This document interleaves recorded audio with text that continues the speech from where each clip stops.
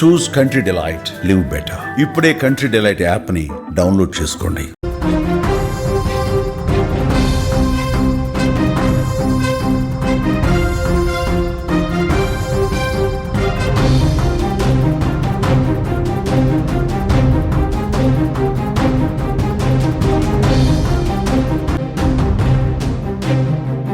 విజయవాడలో బాంబు బెదిరింపు కలకలం రేపుతోంది. ఇప్పుడు బీసెంట్ రోడ్లో ఎల్ఐసి బిల్డింగ్ ను బాంబు పెట్టి పేల్చేస్తామంటూ గుర్తు తెలియని వ్యక్తులు శనివారం ఉదయం ఫోన్ చేసి బెదిరించారు.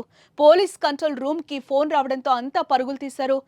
గవర్నర్ పేట పోలీసులు, బాంబ్ స్క్వాడ్, డాగ్ స్క్వాడ్ అక్కడికి చేరుకుని రోడ్లో తనిఖీలు చేశారు. 20 మంది 5 దళాలుగా విడిపోయే సోదాలైతే నిర్వహించడం జరిగింది.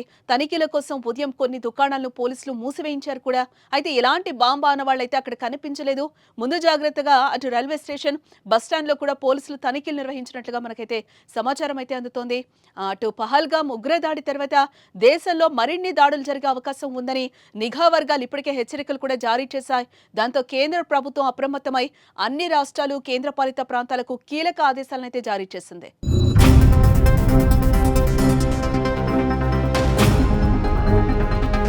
దేశవ్యాప్తంగా భద్రత కట్టుదిట్టం చేయాలని, బలగాలు అప్రమత్తంగా ఉండాలని కూడా ఆదేశించింది. ఈ క్రమంలోనే దేశంలో హై అలర్ట్ అయితే కొనసాగుతోంది. స్లీపర్ సెల్స్ పై ఫోకస్ చేశారు.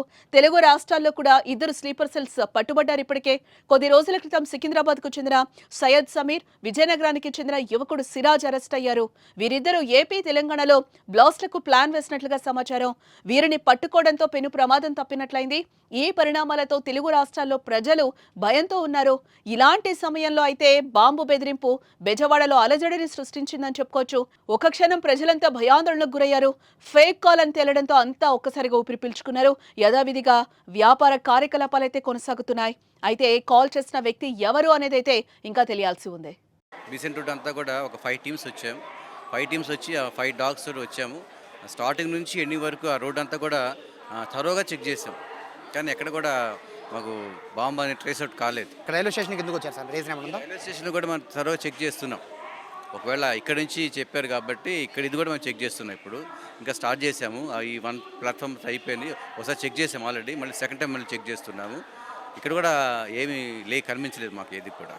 అంటే మా పోలీస్ వారు దాన్ని ఎంక్వైరీ చేస్తున్నారు. ఎవరు చేశారు ఆ కాల్ని ట్రేస్ అవుట్ చేశారు, దాన్ని ఎంక్వైరీ చేస్తున్నారు. ఎంక్వైరీ చేసిన తర్వాత అతగానే పట్టుకున్న తర్వాత మనం ఏదైనా చెప్పగలుగుతాం. అది కాకతాయితరమా లేకపోతే ఈ నిజమైనదని చెప్పగలుగుతాం. వైజాగ్లో పెట్టాము, విజయవాడలో పెట్టామని చెప్తున్నారు. అది ఎంతవరకు నిజం అనేది ముందు మనం అయితే ఇక్కడ చెక్ చేసాము. ఇక్కడైతే ఏం లేదు. అటు పబ్లిక్ని కూడా మనం సెక్యూర్ చేసుకుంటూ, వారు కూడా ప్యానిక్ కాకుండా వాళ్ళు కూడా సెక్యూర్ చేసుకుంటూ, సెక్యూరిటీ ఇస్తూ మనం మన పని చేస్తున్నాము. కాబట్టి ఇప్పటి వరకు అయితే ఎటువంటి ప్రమాదం అయితే ఏం లేదు.